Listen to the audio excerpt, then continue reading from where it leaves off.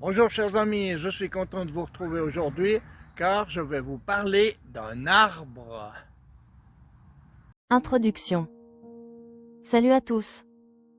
Aujourd'hui, on va parler d'un arbre majestueux, discret mais essentiel dans nos forêts, le hêtre. Tu l'as sûrement déjà croisé sans le savoir, avec son tronc gris argenté et ses feuilles ondulées d'un vert lumineux. Mais savais-tu que le hêtre est l'un des arbres les plus importants d'Europe ? Dans cette vidéo, on va découvrir ensemble sa description, comment il pousse, à quoi il sert, ses bienfaits, et même quelques curiosités surprenantes à son sujet. Alors, reste bien jusqu'à la fin, car tu vas voir que le hêtre cache bien des secrets.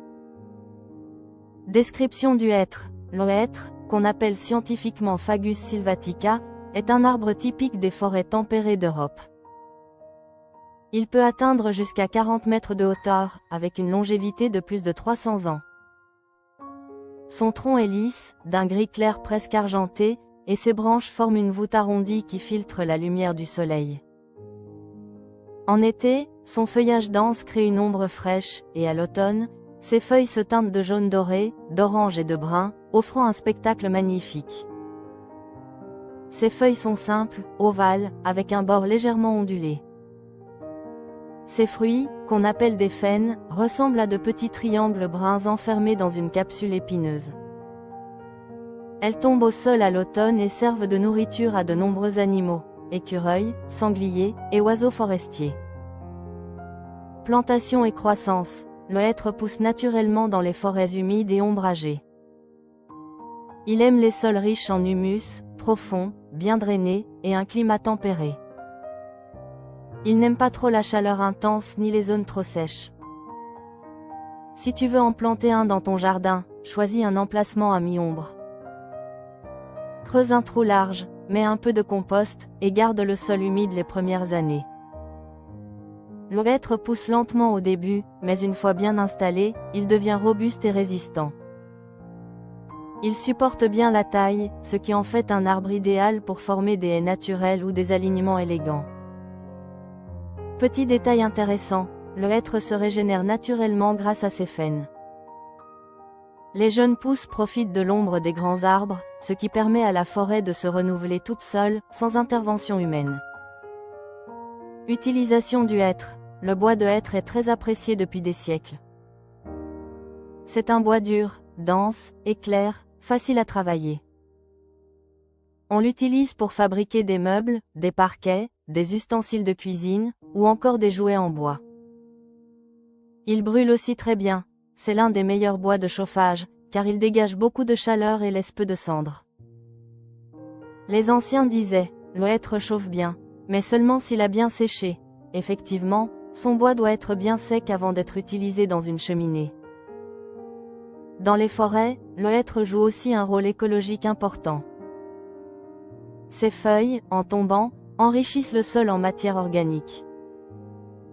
Elles nourrissent les champignons, les micro-organismes et permettent à la forêt de rester vivante et fertile. Bienfaits et toxicité.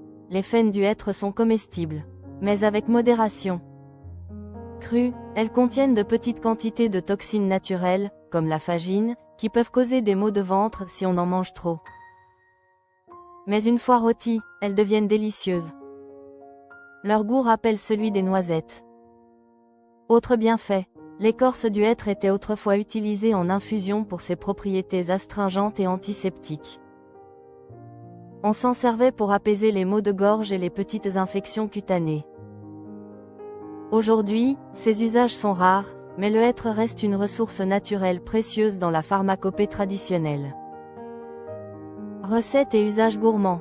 Et oui, même un arbre comme le hêtre peut trouver sa place dans la cuisine. Les faines grillées étaient autrefois moulues pour produire une farine nutritive, utilisée en période de pénurie. On en faisait des galettes ou du pain rustique. De plus, les faines pressées peuvent donner une huile végétale, fine et douce, comparable à l'huile de noisette. Elle est aujourd'hui rare, mais certaines régions la produisent encore artisanalement. On peut aussi les parsemer sur des salades après les avoir légèrement torréfiées, un vrai délice forestier. Bon à savoir, l'être a inspiré de nombreux mythes et légendes. Dans l'Antiquité, il symbolisait la sagesse et la connaissance. Les premières tablettes d'écriture en Europe étaient gravées sur des planchettes de hêtre. C'est d'ailleurs de là que viendrait le mot « book » en anglais, issu du vieux mot germanique « bock » qui signifiait « hêtre ».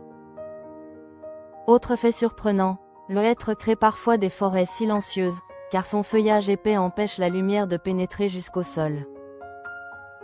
Très peu de plantes poussent sous lui, ce qui donne ces paysages mystérieux et calmes qu'on retrouve souvent dans les contes de fées. Et savais-tu qu'un hêtre peut communiquer? Oui. Ses racines sont reliées à un réseau de champignons souterrains, le mycélium, qui permet aux arbres d'échanger des nutriments et même des signaux chimiques. Une vraie forêt connectée. Conservation et protection. Malgré sa robustesse, le hêtre souffre du changement climatique. Les sécheresses répétées et les canicules affaiblissent ses racines et rendent l'arbre vulnérable aux maladies et aux champignons. C'est pourquoi de nombreuses forêts sont aujourd'hui protégées pour préserver ces géants de nos régions. Planter des hêtres ou préserver les jeunes pousses naturelles, c'est une manière simple de contribuer à la biodiversité et de protéger nos écosystèmes forestiers. Conclusion. Voilà, tu connais maintenant tous les secrets du hêtre. Un arbre noble, solide et généreux, qui nous offre de l'ombre, du bois, de la chaleur, et même de la nourriture. Il joue un rôle essentiel dans l'équilibre de nos forêts et mérite toute notre admiration. Alors la prochaine fois que tu te promènes en forêt, lève les yeux.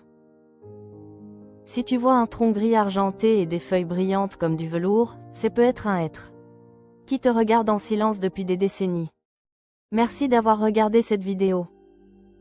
Si vous aimez découvrir le monde fascinant des arbres, mais aussi des plantes, des fleurs, des fruits, des légumes, et aussi des épices, abonnez-vous, laissez un petit like. Ça m'aide pour développer cette chaîne. Et dites-moi en commentaire quel arbre vous aimeriez que je présente dans la prochaine vidéo? À très bientôt, pour une nouvelle aventure naturelle. J'espère que vous avez aimé cette vidéo et je vous dis à bientôt. N'oubliez pas, un petit pouce bleu, abonnez-vous, partagez mes vidéos et merci de laisser un commentaire.